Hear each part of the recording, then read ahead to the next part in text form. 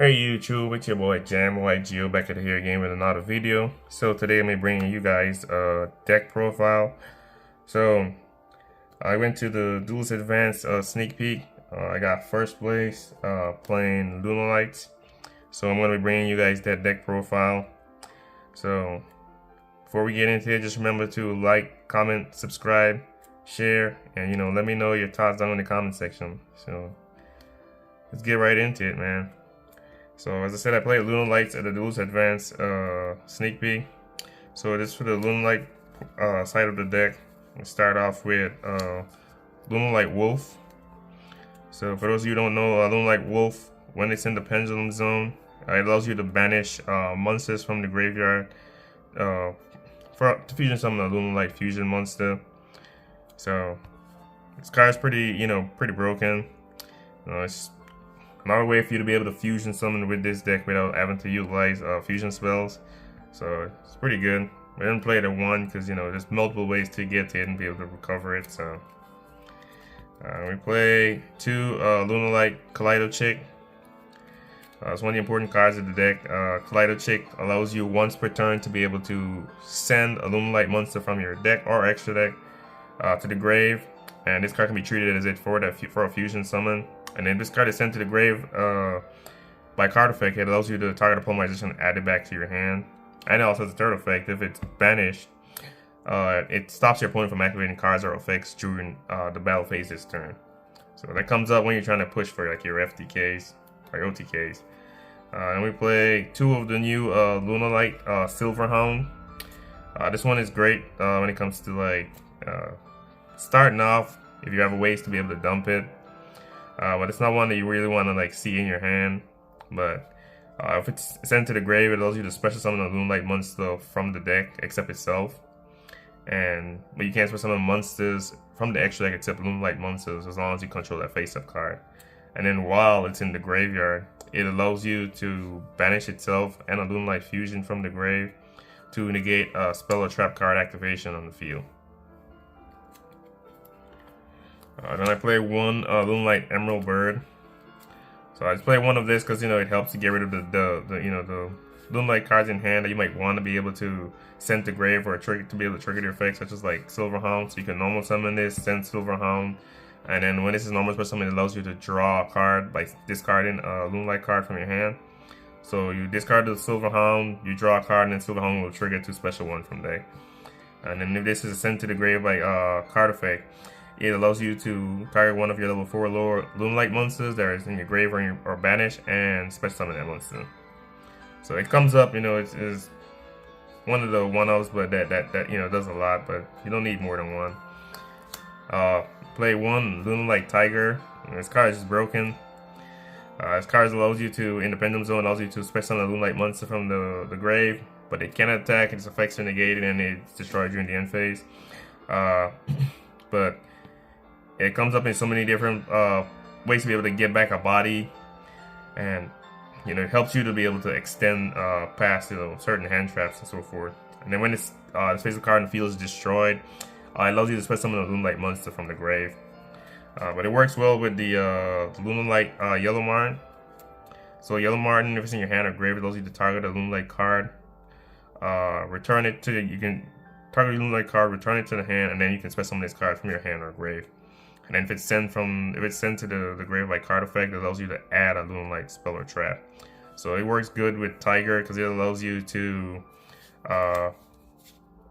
use Tiger effect, special Lunalight, Yellow Martin bounce back Tiger, and then you can replace Tiger in the pendulum zone because Tiger is a soft once per turn, so you can be able to bring back another body. So you get two bodies off of the Tiger with the Yellow Martin. We play 3 Lunalight Gold Leo. That's another one of the new ones.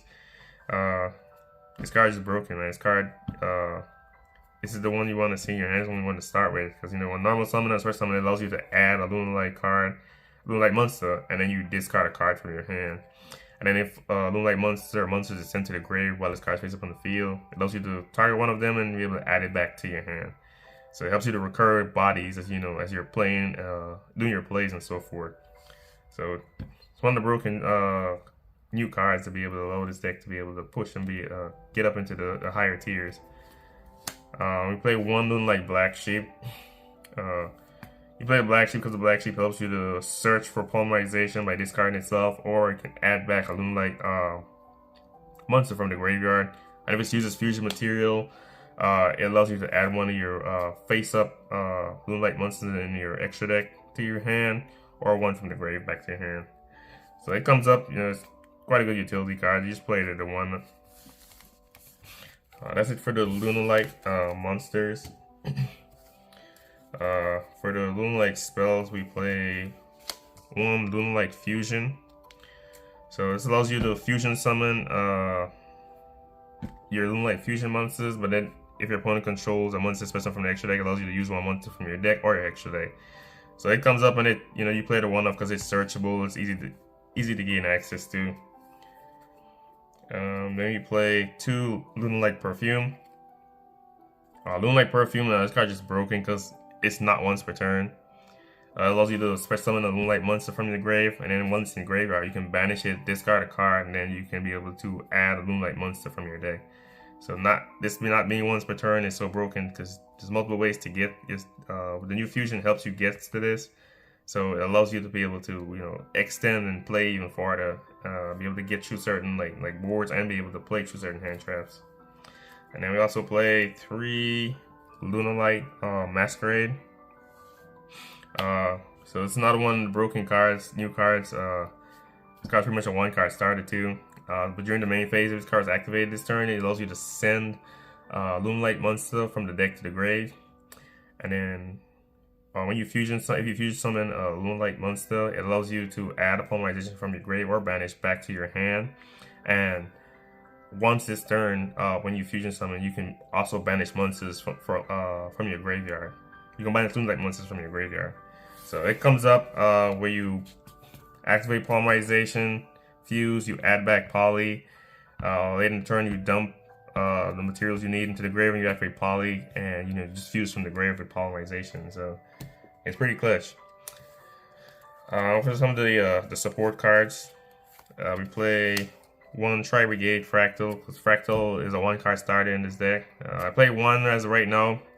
I'm thinking about playing it too because Fractal's been really good in this deck. Be able to dump Silver Hound to be able to start off your plays and be able to get combo rolling. So I'm thinking about if I should play it at 2 possibly. Let me know what you guys think down in the comment section if you're going to be playing Fractal at 1, 2, or if you're even playing it at all. But I like it in the deck.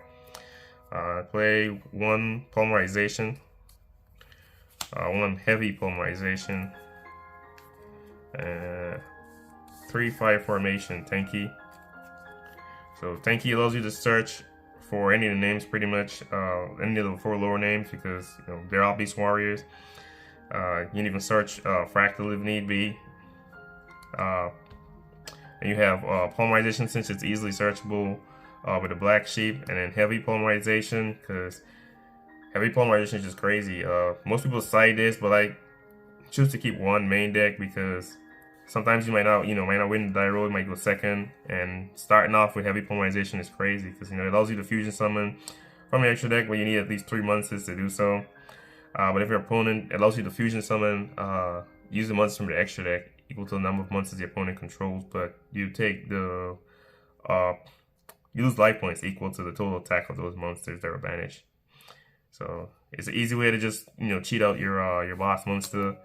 If your opponent already has a board established, and then just be able to go from there to break their board and just go for the kill. Alright.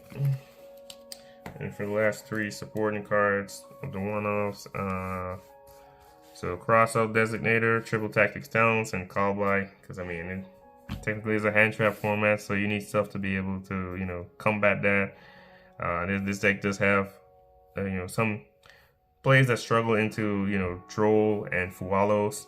So having ways to be able to mitigate that, is always good. Right, for the hand traps, I play a 16 hand traps main deck. So we play one Nibiru. I play one Nibiru because I don't feel there's need for more. And then with this deck, I have ways to be able to search the Nibiru, so it's not a problem. And then I'm also playing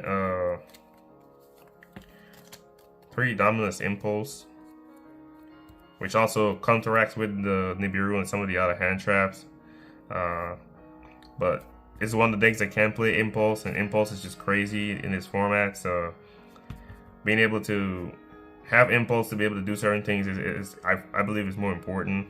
And Nib doesn't really come that much, and when it does, it's never usually as impactful as it used to be. But it's good to have the one for certain game states. Play 3 Fualos because you just have to. I mean, it's Fualos. And then play 3 Ash Blossoms of Joy Spring, 3 Droll Lockbird, and 3 Infinite Impermanence. That's pretty much it for the hand traps. For the extra deck, I play 1 Cross Sheep. Cross Sheep comes up in game states, as you're establishing your board. It allows you to get back extra bodies because you are playing fusions, so being able to get back a level 4 to be able to extend and make additional stuff from your extra deck, that's pretty much what Cross Sheep is there for. It allows you to get that extra body back, that extra extension. So I think it's been good. It's been pretty good in my testing and so forth. I played 1 Firefight in the Rumadal. This is a weird little tech card. I played this back in the day with Lunalights, and I've always liked it. It allows you to, target a spell trap you control and 1 spell trap your opponent controls, and then you destroy both of them. So it comes up in certain game states. You have your Lunalight Tiger. It allows you to pop out the back row. Tiger triggers, bring back something, and you'll be able to extend even further. And it allows you to out certain, troublesome back row cards. Like I was able to out Shadow Imprisonment Mirror, which kind of kills this deck off because most of the cards, most of the main deck monsters are dark. So it comes up in those game states to be able to out certain weird spell and trap cards. And when it battles as well too, and destroys a monster by battle, it allows you to target one of your Beast Warrior or Winged Beast monsters that's banished or in your grave, and you can be able to add it back to your hand. So it helps you recur your Lunalight monsters. 1 SP Little Knight. I mean, Little Knight is broken and it comes up in certain various game states. Be able to out certain cards, being able to interrupt your opponent's plays and so forth. So Little Knight is one of those custom cards that you just have to play. But that's it for the links. For XYZs, I play 1 Baguska, 1 Brotherhood of the Fire-Faced Tiger King, and 1 Gallant Granite. Baguska, for those weird game states, even when you establish board, you can still make Baguska because your main boss monster is unaffected by card effects, except Moonlight cards. So Baguska doesn't bother your end board that much. So being able to end on that to help force the opponent to play awkwardly to try to out it before they even can try to attend to your main board, it's pretty good. And then Tiger King, Tiger King is just crazy. Searches allows you to set that tanky, so gets you an additional body, and it allows you to be able to negate the effects of all non-Beast Warrior monsters on the field. So it's a good way to be able to force your opponent to interact or to, negate all the monsters on their board, so you don't have to worry about monster interaction from their monsters. So it's good in that way. And then 1 Gallant Granite is just to, it comes up and you'll be able to search the 1 nib. That's pretty much what it's there for, to be able to search nib during that combo. It allows you to get it, so making your end board even more stronger than it already is. But that's it for the XYZs. For the fusions, 2 Lunalight Perfume Dancers. Perfume Dancer just searches the Lunalight Perfume on Fusion Summon, and it allows you to bounce back your Lunalight card on the field back to hand, and you can special summon Lunalight monster from your hand. So it allows you to get an extra body, and it allows you to recur stuff like Tiger or Wolf, so you can be able to reuse their pendulum effects again. 1 Lunalight Saber Dancer. Saber Dancer is just there as a body to be able to dump off of the new guy to be able to, you know, utilize the next turn to help you push for game, because it boosts it can banish itself from grave to boost one of your Lunalight fusion monsters by 3k attack. So it'll give your Lunalight monsters that boost to be able to, you know, push for more damage. I play one Lunalight Panther Dancer and one Lunalight Cat Dancer as well. So behind these two, because I haven't seen a lot of people play them in the deck, but I play this because, you know, I want to make like the Leo Dancer. I don't think it's just there just to be able to use as fusion material for the new guy, for the Liger Dancer. So this is there to be able to make a Leo Dancer sometimes, because it does come up. It came up before a few times where I needed this to make the Leo Dancer, because it helped. I needed specifically Leo Dancer to be able to go for game. And then Lunalight Cat Dancer. Pretty much play this because, you know, you can't die by battle, and if you tribute a monster, you can be able to attack all of your opponent's monsters. So it's another way you can go for game as well too. So you have this engraved, you can boost this by 3,000. So it's 54, and you tribute a monster, you can attack all my opponent's monsters, and then whenever it attacks, it goes attack, it can inflict 100 damage to your opponent. So it's a good card for going into like time as well too. So, you know, get that extra damage in. All right. It for the smaller fusions, and we play two Lunalight Leo Dancer. So to say, the Leo Dancer pretty much used to make the bigger guy the new Lunalight Liger Dancer, but this also comes up sometimes because this is a pretty broken card as well too. It can be targeted, can be destroyed by card effects, and it can attack twice. And when it attacks an opponent's monster, it can destroy all special monsters your opponent control at the end of the damage step. So it can also go for game as well too, using you know, boosting it by 3k with the saber as well too. It's a big body. And then the Liger Dancer, which is like the main card, the main fusion card, the big boss monster.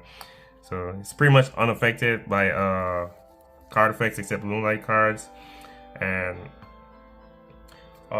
it can attack twice, and then it has a quick effect to be able to send the Lunalight monster from the extra deck to be able to destroy all special monster that your opponent controls.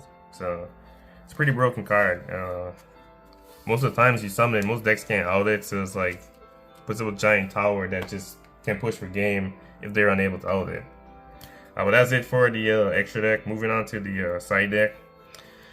For side deck, we play one Chaos Hunter, 3 Artifact Lancia, 2 Molcharmi Perulia.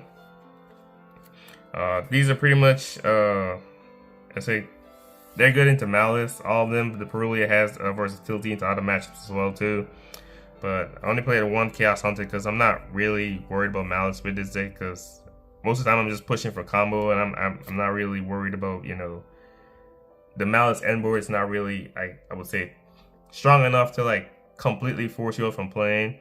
So you do get to play through sometimes, most times, to be able to get to, you know, the big guy, the Liger Dancer, and it's very hard for Malice to be able to out this card. Like, just having this alone, it's like it puts so much pressure on them, like, because they literally have to try to build up the access code, or they have to use their link 3, the crypto, to be able to banish itself, bring back to make it 5k, and then at that point, you know, it's still not enough to get through this, because, you know, it's gonna be able to wipe the board. You're gonna have multiple points to be able to stop them ahead of time with the Liger Dancer before they even get to that. So I don't see it as that much of a threat into this deck, but it's still good, and then Perulia is good into like the other matches like XYZs and so forth, and some of like the weirder decks. I also play one Lightning Storm, one Harpy's Feather Duster, 2 Triple Tactics Town Thrust, 2 Sailband, 1 Heavy Polymerization, 1 Dimensional Barrier, and 1 Artifact Sanctum. So the Sanctum, the Barrier, Polymerization, and stuff, these are pretty much just thrust targets. The Sailband, these are for like going second, going first, and then the Heavy Polymerization for the going second as well too. Because I say, like, starting off with Heavy Polymerization into your opponent's board is just broken. Being able to cheat out your boss monster like right away is like already put so much pressure on them to you know, to try to like react, to try to survive that turn. So it's just crazy. And then the sale band comes up, you know, going first or second, because, you know, I said it's like just struggle a little bit into like draw, so you can go first call draw, and then you just build your board, because at that point you're not really worried once you've established the light answer, especially if you establish 2 light answers. And then, you know, going second, being able to call certain stuff like, you know, the Murakuma or, you know, troublesome cards that might be able to block you from, you know, beginning from breaking their board. But yeah, it's been pretty clutch, man. That's it for the side deck. Alright. As I say, guys, let me know down in the comment section what you guys think about the deck profile. You know, what is it that you might be playing in your Lunalight that might be different, or what improvements you might see, or, you know, whatever ideas you might have in terms of this deck. But I say, just go ahead and let me know. Like I said, like, comment, subscribe, share, and, you know, that's it for the deck profile, man. As I say, just let me know. It's your boy XYZs signing off, man. Peace.